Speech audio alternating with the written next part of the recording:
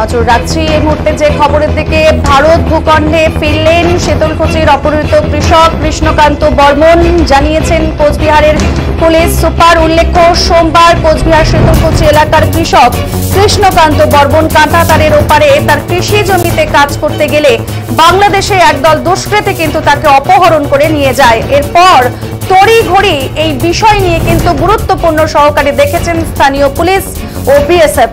আর এই প্রসঙ্গে এদিন সন্ধে 7:30 নাগাদ পুলিশ ও সাংবাদিকদের হোয়াটসঅ্যাপ গ্রুপে তথ্য দিয়ে কোচবিহার জেলা পুলিশ সুপার দ্যুতিমান ভট্টাচার্য জানান, অপহরণের ঘটনার পর থেকেই মাথাভাঙার এসডিপিও ও শীতলকুচি থানার ওসি মিরাপাড়া বিওপিতে ছিলেন।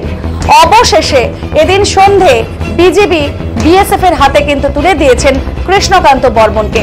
আর নিরাপদে কৃষ্ণকান্ত বর্মন ভারতে ফিরে আসায় খুশি তার পরিবারের সদস্য থেকে শুরু করে স্থানীয় বাসিন্দারা।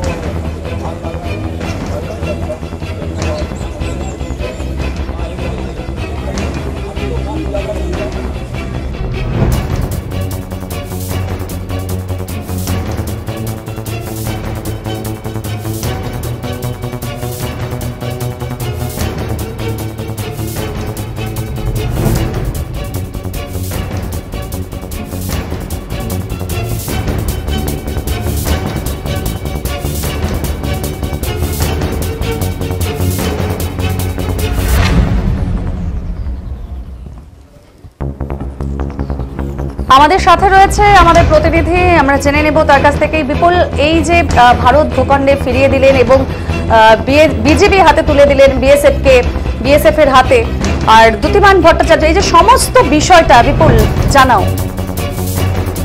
একদমই দেখো রাধা, তোমাকে জানিয়ে রাখবো, আজ দুপুরে কিন্তু শীতলকুচির যে গোলেনাওহাটি অঞ্চল আছে সেখানে যে মিরাপাড়া বলে এলাকা আছে সেখানেই কিন্তু কাঁটাতারের ওপারে নিজের চাষের জমিতে চাষের কাজ করতে গিয়েছিলেন ভারত ভূখণ্ডের বাসিন্দা তথা ভারতবাসী পেশায় কৃষক কৃষ্ণকান্ত বর্মন। তিনি সেখানে কাজে যাওয়ার পর জানা যায় সেখানে কয়েকজন বাংলাদেশির সাথে প্রথমে তার বচসা হয় এবং এরপরে কিন্তু তাকে একদল বাংলাদেশি দুষ্কৃতী অপহরণ করে নিয়ে যায়। এরপরে কিন্তু তড়িঘড়ি এই ঘটনা দেখতে শুরু করেন বিএসএফ এবং স্থানীয় পুলিশ প্রশাসন। পুলিশ সূত্রে জানা গেছে শীতলকুচি থানার ওসি এবং মাথাভাঙ্গার এসডিপিও তখন থেকেই কিন্তু যে মিরাপাড়া বিওপি আছে বিএসএফ এর সেখানেই ছিলেন। অবশেষে আজ সন্ধ্যায় কিন্তু যে বাংলাদেশের বর্ডার গার্ড আছে বিজিবি, তারা কিন্তু সেই কৃষ্ণকান্ত বর্মনকে বিএসএফ এর হাতে তুলে দেয়। বর্তমানে তিনি কিন্তু বিএসএফ এর হেফাজতেই রয়েছেন। তবে একের পর এক কয়েক মাস আগে উকিল বর্মন এবং আজ এই কৃষ্ণকান্ত বর্মন নিজের চাষের জমিতে কাজ করতে গিয়েছিলেন কাঁটাতারের ওপারে এবং তাদের অপহরণ করা হয়। এই ঘটনায় কিন্তু স্বাভাবিকভাবেই আতঙ্কিত ওই এলাকার বাসিন্দারা। তাদের দাবি যে কাঁটাতারের ওপারে তাদের প্রচুর জমি রয়েছে এবং তারা মূলত কৃষি কাজ করেই চলেন। এরপরে যদি তারা ওপারে কাজ করতে যান স্বাভাবিকভাবেই কিন্তু একটা আতঙ্ক তাদের মধ্যে থাকবেই। রাধা, সাধারণ মানুষের তো এই তো স্থানীয় বাসিন্দাদের এই সমস্ত ভীতির জায়গা একটা থাকছে, একটা আতঙ্কের জায়গা থাকছে। তারা যে কথাগুলো বলছে তার পরিবর্তে কি বিএসএফরা কি জানাচ্ছে, প্রশাসনের তরফ থেকে কি জানানো হচ্ছে বিপুল? একদমই দেখো রাধা, তোমাকে জানিয়ে রাখবো কোচবিহার জেলা পুলিশ সুপার তথ্য দিয়ে জানিয়েছেন এখনো পর্যন্ত সাংবাদিকদের মুখোমুখি কিন্তু কোনো বিএসএফ আধিকারিক অথবা পুলিশ আধিকারিক হয়নি। এরপর যখন এই কৃষ্ণকান্ত বর্মনকে বিএসএফ এর হাতে তুলে দেবে এবং পুলিশ যখন তার পরিবারের হাতে তাকে ফিরিয়ে দেবে তারপরেই কিন্তু এই বিষয়ে জানা যাবে যে তাকে কেন অপহরণ করা হয়েছিল এবং তাকে নিয়ে গিয়ে কোথায় রাখা হয়েছিল বা তার সাথে কি ব্যবহার করা হয়েছিল। ওকে যতক্ষণ না বাড়ির তুলে দেয়, যতক্ষণ না বিএসএফ পুলিশের হাতে তুলে দেয়, পুলিশ যতক্ষণ না তাকে তার পরিবারের হাতে তুলে দেয় ততক্ষণ পর্যন্ত কিন্তু এই বিষয়ে কিছুই বলা যাচ্ছে না।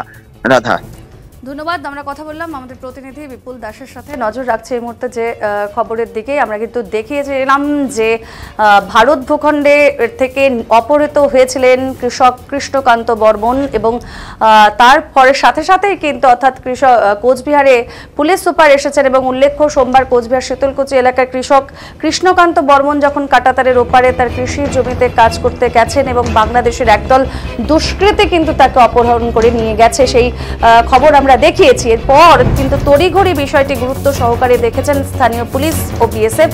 আর এই প্রসঙ্গে এদিন সন্ধে পুলিশ ও সাংবাদিকদের হোয়াটসঅ্যাপ গ্রুপে তথ্য দিয়ে কোচবিহার জেলা পুলিশ সুপার দ্যুতিমান ভট্টাচার্য জানিয়েছেন অপহরণের ঘটনার পর থেকেই কিন্তু এসডিপিও শীতলকুচি থানার ওসি মীরাপাড়া বিওপিতে ছিলেন। অবশেষে সন্ধে বিজেপি বিএসএফ এর হাতে তুলে দিয়েছেন কৃষ্ণকান্ত বর্মনকে।